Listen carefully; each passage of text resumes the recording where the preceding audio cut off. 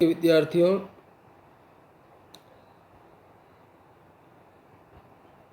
श्वसन रेस्पिरेशन इस चैप्टर में अपने पूर्व के व्याख्यान में ग्लाइकोलाइसिस की मैकेनिज्म के बारे में जानकारी प्राप्त की।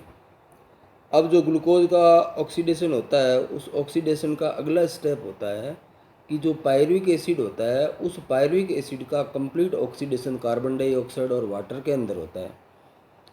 ये प्रोसेस माइटोकॉन्ड्रिया के अंदर होती है और माइटोकॉन्ड्रिया के अंदर ये प्रोसेस भी 10 स्टेप में 10 बायोकेमिकल रिएक्शन के अंदर संपन्न होती है। ये पूरा एक enzymatic biochemical reaction cyclic process के अंदर होती है और इस साइक्लिक प्रोसेस के जो स्टेप्स हैं उनको ट्रेस आउट, उनको फाइंड आउट करने वाले जर्मनी के वैज्ञानिक थे, जैव रासायनिक जो बायोकेमिस्ट थे। उन्होंने 1937 में, जिनका नाम था hence Adolf crab, H.A. Krebs, उन H.A. क्रेब जो जर्मन वैज्ञानिक थे, उन्होंने 1937 में ये जो माइटोकॉन्ड्रियल पायरुविक एसिड का जो ऑक्सीडेशन है उसके जो 10 स्टेप है उनको बताया था और उनके नाम पर इसको क्रेब साइकिल कहते हैं। इसका मूल नाम है वो TCA साइकिल है, tricarboxylic acid cycle. Hans Kreb ने इनको ट्राई कार्बोक्सिलिक एसिड साइकिल नाम दिया था। इन्होंने energy transformation in living matter नामक जो एक किताब लिखी थी, किताब का नाम था energy transformation in living matter. इस जो कंट्रीब्यूशन के लिए इनको नोबेल प्राइज भी मिला था। अब जो क्रेब साइकिल है, उस क्रेब साइकिल के बारे में आज के व्याख्यान में अपन जानकारी प्राप्त करेंगे। Respiration part 3, oxidation of pyruvate the link reaction.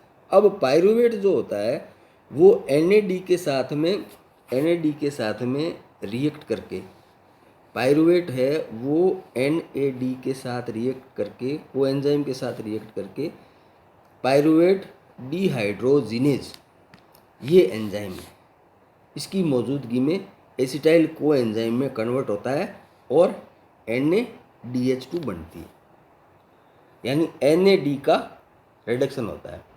Pyruvate formed at the end of glycolysis does not enter the next step of the citric acid cycle. ये डायरेक्ट एंटर नहीं होता, इसके इंटरमीडिएट लिंक रिएक्शन होती है।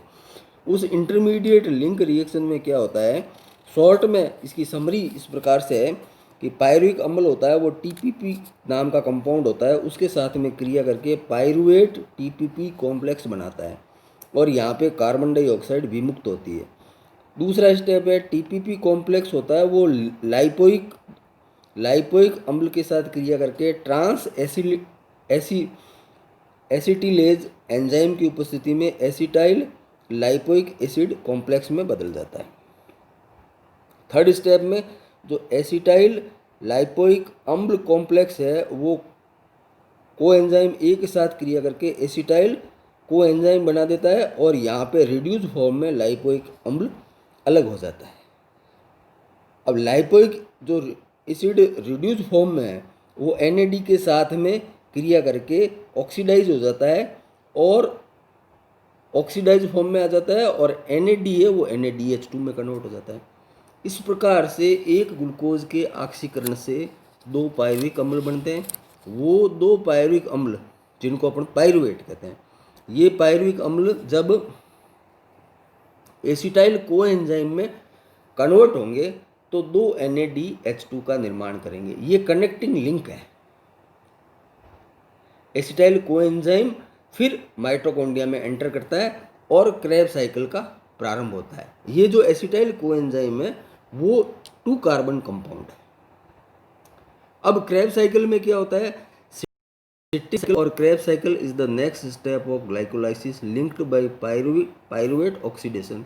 Krebs cycle was proposed by Hans H.A. Kreb ने इनको propose किया था। Cycle consist of the 10 enzymatic step, 4 of which are dehydrogenation and 2 decarboxylation. यानी सीधे सीधा इसकी समरी बता दी इन्होंने कि इसका जो 10 स्टेप होते हैं, एंजाइमेटिक स्टेप होते हैं, इनमें 4 जगह तो क्या होता है, डिहाइड्रोजिनेशन होता है। यहाँ पे NaDH2 और FADH2 का निर्माण होता है, और 2 स्थान ऐसे हैं जहाँ पे कार्बन डाइऑक्साइड रिलीज होती है।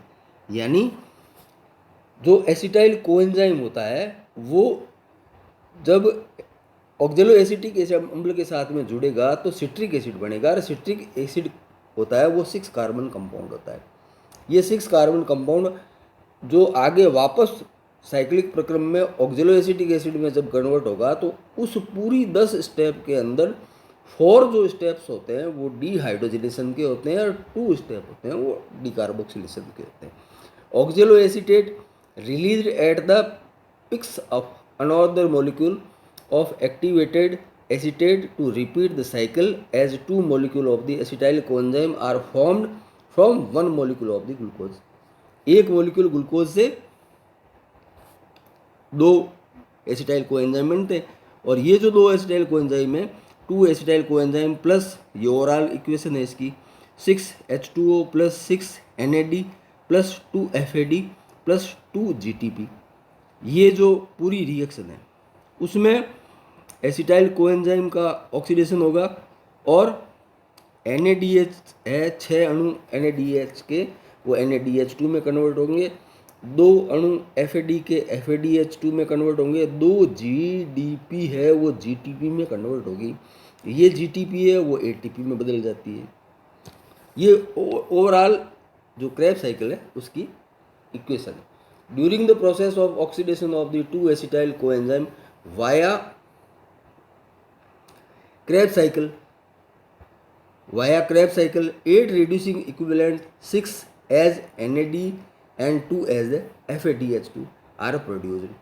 अब जो क्रेब्स साइकिल होती है उसमें NADH2 का एक मॉलिक्यूल होता है, उसका ऑक्सीडेशन होगा, उस ऑक्सीडेशन से 6 ATP के मॉलिक्यूल मिलेंगे, FADH2 के इस 1 से 2 ATP बनेगी, तो 6 और 2 8 और 2 ATP वैसे बनती है। Being catabolic Krebs cycle provide a number of intermediate which are used in different anabolic pathway to form important biomolecules like glutamic acid, aspartic acid, and hence this cycle is amphibolic in nature. ये जो Krebs cycle है वो एम्फीबोलिक है, उभयचरी reactions है। यानी Krebs cycle के अंदर जो इंटरमीडिएट कंपाउंड्स बनते हैं वो विभिन्न प्रकार के जो महत्वपूर्ण जैव अणु हैं, जैसे ग्लूटेमिक अम्ल है, एस्पार्टिक अम्ल है, ये एमिनो एसिड्स है, इनके सिंथेसिस के लिए प्रिकर्सर का काम करते हैं। ये पूरी साइकिल है। ऑक्जेलो एसिटेट है, ऑक्जेलो एसिटेट से एसिटाइल कोएंजाइम फ्यूज होता है। ऑक्जेलो एसिटेट 4 कार्बन का है, ये फ्यूज होकर साइट्रेट बनेगा, सिट्रिक एसिड बनेगा। सिट्रिक एसिड आइसोसाइट्रेट में कन्वर्ट होता है, आइसोसाइट्रेट में डीकार्बोक्सिलेशन एंड डीहाइड्रोजनेशन होता है, यानी कार्बन डाइऑक्साइड बाहर निकलती है, NADH2 का निर्माण होता है, अल्फा कीटो ग्लूटेरेट का निर्माण होता है, जो 5 कार्बन का कंपाउंड है इस साइकिल के अंदर। अल्फा कीटो ग्लूटेरिक एसिड है, उसमें से कार्बन डाइऑक्साइड बाहर निकलती है और वो सक्सिनाइल कोएंजाइम में कन्वर्ट होता है, यहाँ NADH2 का निर्माण होता है। सक्सिनाइल कोएंजाइम होता है वो सक्सिनेट में कन्वर्ट होता है या सक्सिनिक एसिड में कन्वर्ट होता है, वहाँ पे GDP वो GTP में कन्वर्ट होती है, ये GTP बाद में ATP में बदल जाती है। जो सक्सिनेट है वो फ्यूमरेट में कन्वर्ट होता है, जब सक्सिनेट फ्यूमरेट में कन्वर्ट होता है तो FADH2 का निर्माण होता है FAD से, और फ्यूमरेट मेलेट में कन्वर्ट होता है और मेलेट ऑक्जेलो एसिटिक एसिड में बदल जाता है। इस प्रकार से 4 स्थान पर डिहाइड्रोजिनेशन होता है और 2 स्थान पर कार्बोक्सिलेशन होता है। डिहाइड्रोजिनेशन होता है उसमें जो 3 अणु तो NaDH2 के बनते हैं, 2 अणु बनते हैं FADH2 के। तो NaDH2 3 × 3 = 9 और FADH2 से 2 ATP 11 और 1 GTP से 12, यानी एक क्रैब साइकिल के चलने से 12 ATP के अणुओं का निर्माण नेट गेन होता है। एक ग्लूकोज के ऑक्सीडेशन से 2 क्रैब साइकिल चलती है तो 12 और 12 24 ATP बनते हैं, और इंटरमीडिएट जो बनते हैं उसमें 2 NaDH2 बनती है, तो उससे हो गए 6, 24 से 6 से 30 हो गए, 30 और 8 ग्लाइकोलाइसिस से, तो टोटल हिसाब हो गया 38 ATP का। Detail description, it is also known as the TCA cycle. In prokaryotic cells the citric acid cycle occur in the cytoplasm. Prokaryotes के अंदर तो न्यूक्लियस माइटोकॉन्ड्रिया होता नहीं है, तो उसमें ये साइटोप्लाज्म के अंदर ही होता है, ये अपने ध्यान रखने की बात है। In eukaryote cell citric acid takes place in the matrix of the mitochondria. जो यूकैरियोटिक सेल्स होगी जिनमें डबल मेम्ब्रेनस सेल ऑर्गेनेल्स होते हैं, उनके अंदर माइटोकॉन्ड्रिया के अंदर क्रेब साइकिल संपन्न होती है। The cycle was first elucidated by scientist Hans Krebs, ये अपन ने पहले पढ़ लिया है। इनको जो ATP ये क्रेब साइकिल के लिए नोबेल प्राइज़ मिला था, वो फिजियोलॉजी के फील्ड में। ये नेट इक्वेशन दी हुई है इसकी नेट इक्वेशन दी हुई है, ये नेट इक्वेशन। अब first reaction of cycle is the condensation of the acetyl coenzyme with the oxaloacetic acid. अब पहला जो स्टेप है, फर्स्ट स्टेप है, उसके अंदर जो ऑक्जेलोएसिटिक एसिड है वो 4 कार्बन का है, उसके साथ में एसिटाइल कोएंजाइम जो 2 कार्बन का है वो फ्यूज होता है।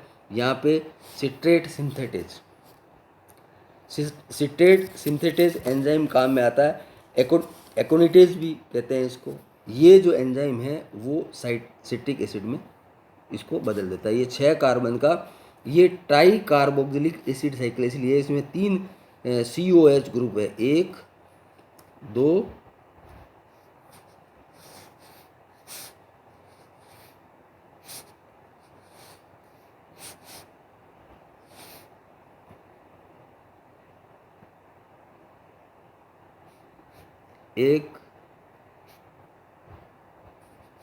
1 2 और यहाँ पे ये 3 COH ग्रुप होते हैं, इसलिए इसको TCA कहते हैं। रिएक्शन नंबर 2 के अंदर जो सिट्रिक एसिड है वो एकोनिटेज एंजाइम की उपस्थिति में वाटर मॉलिक्यूल को क्या करेगा, रिएक्ट करेगा और आइसोसाइट्रिक एसिड में कन्वर्ट होगा। आइसोसाइट्रिक एसिड है वो NAD के साथ में रिएक्ट करके NAD को NADH2 में कन्वर्ट कर देता है, अल्फा कीटोग्लूटारेट में कन्वर्ट हो जाता है। यहाँ पे डी कार्बोक्सिलेशन होता है, CO2 का मॉलिक्यूल बाहर निकल जाता है और NADH2 बनती है। नेक्स्ट, अब जो चौथी रिएक्शन है उसमें अल्फा कीटोग्लूटारिक अम्ल होता है, वो सक्सिनाइल कोएंजाइम में कन्वर्ट होता है। ये अल्फा कीटोग्लूटारिक अम्ल है, ये NAD के साथ क्रिया करके NADH2 में कन्वर्ट हो जाता है। यहाँ पे कार्बन डाइऑक्साइड बाहर निकलती है, कार्बोक्सिलेशन होता है और ये सक्सिनाइल कोएंजाइम में बदल जाता है। नेक्स्ट स्टेप में जो सक्सिनाइल कोएंजाइम है सक्सिनाइल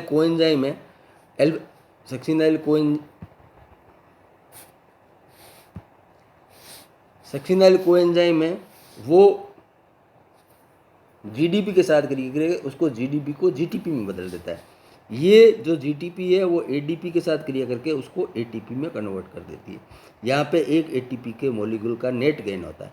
कोएंजाइम यहाँ पे रिलीज हो जाएगा और सक्सिनाइल कोएंजाइम है वो सक्सिनिक एसिड में बदल जाता है या सक्सिनेट में बदल जाता है। नेक्स्ट, जो सक्सिनेट है वो FAD के साथ क्रिया करके उसको FADH2 में कन्वर्ट कर देता है। यहाँ पे एंजाइम काम आता है सक्सिनेट डिहाइड्रोजिनेज। ये FADH2 होता है, जब वो ऑक्सीडेशन में इसका ETS में जाता है तो इससे 2 ATP मिलते हैं एक मॉलिक्यूल से। ये सक्सिनेट है वो फ्यूमेरेट में कन्वर्ट हो जाता है।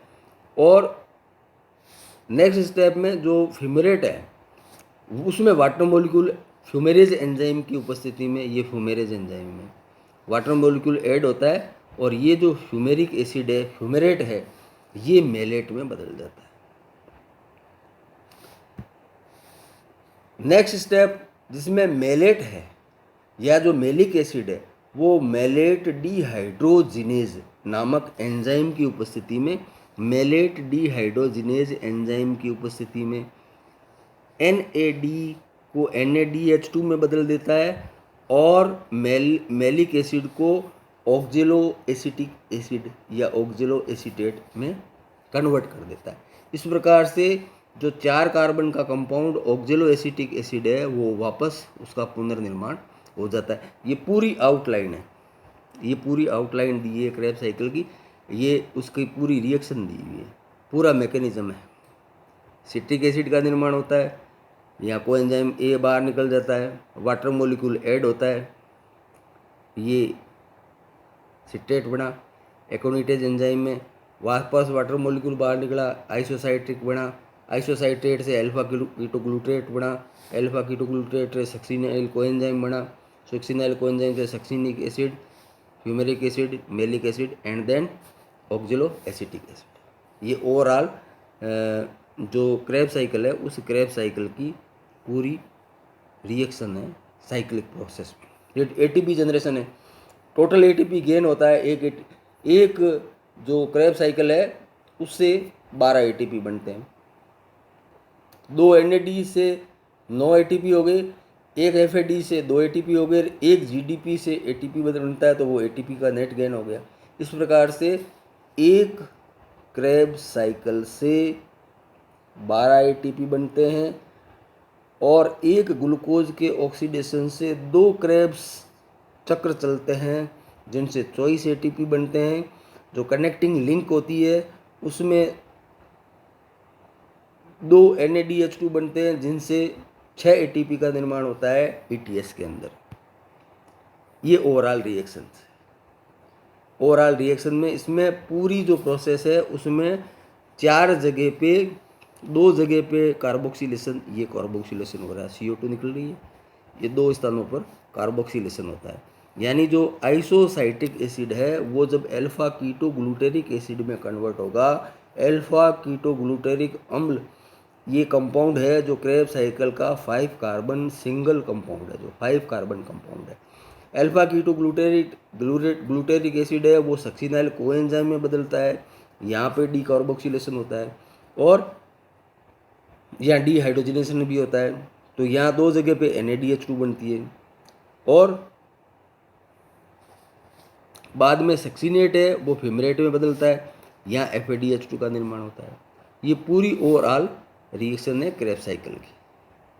सिग्निफिकेंस क्या है क्रेब्स साइकिल का? क्रेब्स साइकिल का महत्व क्या है? Intermediate compound formed during Krebs cycle are used for the synthesis of biomolecules like amino acids, nucleotide, chlorophyll, cytochrome and fats. वसा, साइटोक्रोम, पर्णहरित, न्यूक्लियोटाइड और एमिनो अम्लों जैसे कुछ एमिनो अम्लों जैसे महत्वपूर्ण जो जैव मॉलिक्यूल्स होते हैं, जैव अणु होते हैं, उनके सिंथेसिस में क्रेब्स साइकिल के द्वारा जो निर्मित इंटरमीडिएट कंपाउंड्स होते हैं वो प्रिकर्सर का काम करते हैं, वो इनके सिंथेसिस में काम में आते हैं, महत्वपूर्ण भूमिका निभाते हैं। Number 2, intermediate like succinyl coenzyme A take parts in the formation of chlorophyll. पर्णहरित के निर्माण में सक्सिनाइल कोएंजाइम काम में आता है। Number 3, amino acids are formed from alpha ketoglutaric अम्ल, pyruvic acid and oxaloacetic acid. यानी जो अल्फा कीटोग्लूटेरिक अम्ल है, पायरुविक अम्ल है और ऑक्जेलो एसिटिक अम्ल है, ये जो क्रेब्स साइकिल के इंटरमीडिएट कंपाउंड्स है, ये विभिन्न प्रकार के एमिनो अम्लों के संश्लेषण में काम में आते हैं। 4 number, Krebs cycle release plenty of energy required for various metabolic activity of this cells. Krebs cycle के द्वारा जो ATP के मॉलिक्यूल का सिंथेसिस होता है, जो डिफरेंट टाइप के जो मेटाबॉलिक प्रोसेस है, उपापचयी क्रियाएं हैं, जीव के लिए जो महत्वपूर्ण जो जैव रासायनिक क्रियाएं हैं, उनको संपादित करने के लिए ATP जो काम में आती है उसका निर्माण क्रेब्स साइकिल के द्वारा होता है। 5वां, by the cycle carbon skeletal are got which are used in process of growth and maintenance. ये जो 10 स्टेप है, इन 10 स्टेप के अंदर जो इंटरमीडिएट्स कंपाउंड्स होते हैं वो डिफरेंट प्रकार के जो ग्रोथ और सेल मेंटेनेंस की जो प्रोसेस होती है उसमें काम में आते हैं। आज के व्याख्यान में इतना ही। जय हिंद, जय भारत।